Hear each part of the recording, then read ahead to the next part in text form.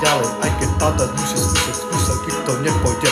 Ale to každý vie okrem teba, lebo si zaostali, zakrpatený, koľko budem to rečovať raz za posledný krát. Keď si to neuvedomíš, tak z toho taký ma samé bavím. Nemyslím, že má byť každý chytrý, ale na rozdiel ostatní od teba na to makajú, záleží im na to. Najlepšie je na tým, že budú skúšať na to, keď to budú mať. Chápeš, more, už do pičoviny, už si malé detsko, ktoré len sníva o krásnom živote. Teraz si tu prebeď sa už toho spánku, si jak malé detsko, fakt, ktoré nechce stať, lebo sa mu sníva krásny sen. Teraz si tu s nami, more, to speli konečne roda čo, je vidno, že ide si za tým, že to buduje.